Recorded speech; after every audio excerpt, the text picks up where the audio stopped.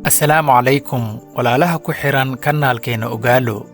Muddo badan oo aan kala maqnayn kadib maanta ayaan dib isugu soo laabanay. Maanta kadib jadwalkeena caadiga ayaan ku socon doonaa.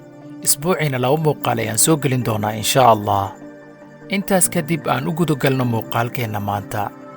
Sidaad wada ogtihiin ama dadka badankooda ay la socdaan, isbuucii ugu dambeeyay shirkadda Facebook waxay ku dhawaaqday inay magaca shirkadda u beddeshay Meta. Magaca Meta waxaa hoos imaan doona dhammaan shirkadaha lala leeyahay Facebook sida WhatsApp iyo Instagram.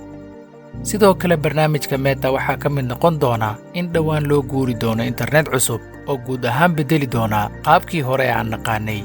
Qaabkaas ama netkaas cusub waxaa lagu magacaabaa Metaverse. Haddaba muuqaalkeena maanta waxaan ugu hadli doonaa Waa Maxay Metaverse. Ku soo dhawaada muuqaalkeena maanta.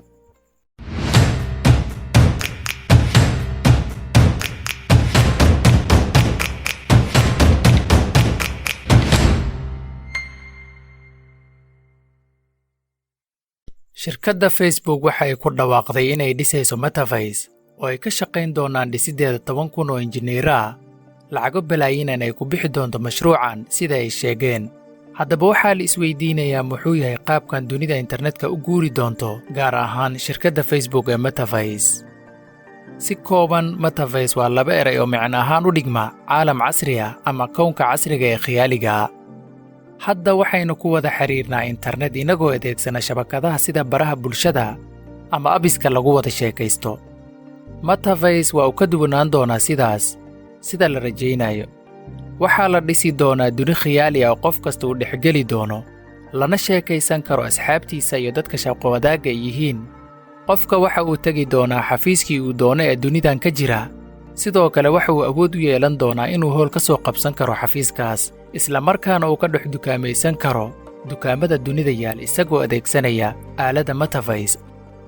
Metaverse qof kasta waxa uu ku yeelan doonaa muuqaal ama avatar isaga u eg ee ku dhex metela dunidaas khiyaaliga.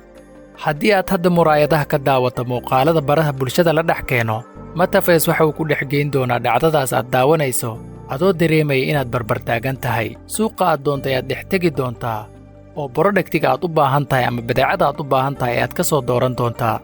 Jaamacadda ayaad fasalka toos u dhex fadhiisan doontaa. Sidoo kale fanaankii aad rabto showgiisa meesha uu rabo ka dhacee waad ka qaybgeli doontaa adoo live u daawanaya. Qalabka la adeegsan doono waa moobilada casriga ama smartphones oo ay caawinayaan ookiyaalayaasha 3D glasses iyo qalabka dhigaha ee VR oo dhammaantood ay shirkadda Metaverse soo saari doonto. Waxaa la saadaalinayaa in mustaqbalka internetka dhammaantii uu qaabkaasi u shaqayn doono. Metaverse ma ahan game madadalo sida dadka qaar ay u fahmeen. Waa hab casri oo ganacsiga, waxbarashada, isku furnaanta dunida, baahinta aqoonta iyo dawladnimaduba faa'iido u leh. Tusaale, waxaad joogtaa magaalada Muqdisho. Waxaa jirta muxaadaro uu qabanayo Sheekh Mustafa oo ku sugan magaalada Hargeysa.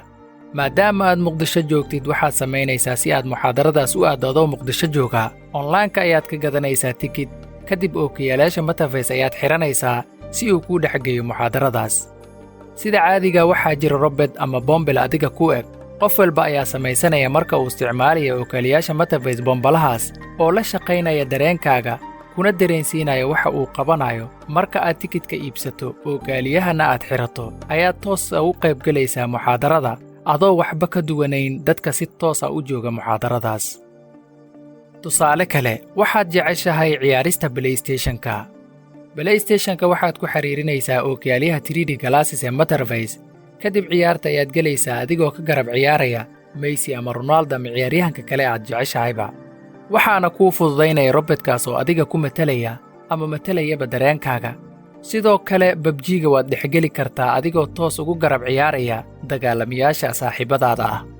Sidoo kale intaas keliya kuma koobna, Metaverse waxaad ku isticmaali kartaa goobtaada ganacsiga adigoona ka dhaqaaqin gurigaaga. Tusaale, waxaad leedahay bakhaar raashinka lagu gado. Isla bakhaarkaas oo kale ayaad ka dhex samaysanaysaa aaladda Metaverse si online ah si aad ugu bandhigto productiga aad haysid dunida oo dhan. Metaverse waxa uu leeyahay faa'iidooyin badan oo aan lagu soo koobi karin muuqaalkan. Sidoo kale waxa uu leeyahay faa'iido daro aad u badan oo ay dhici doonto inay hoos u dhacdo human resource ama in qofka la shaqaalaysiiyo ama ay adkaanto helidda shaqooyinka qaar.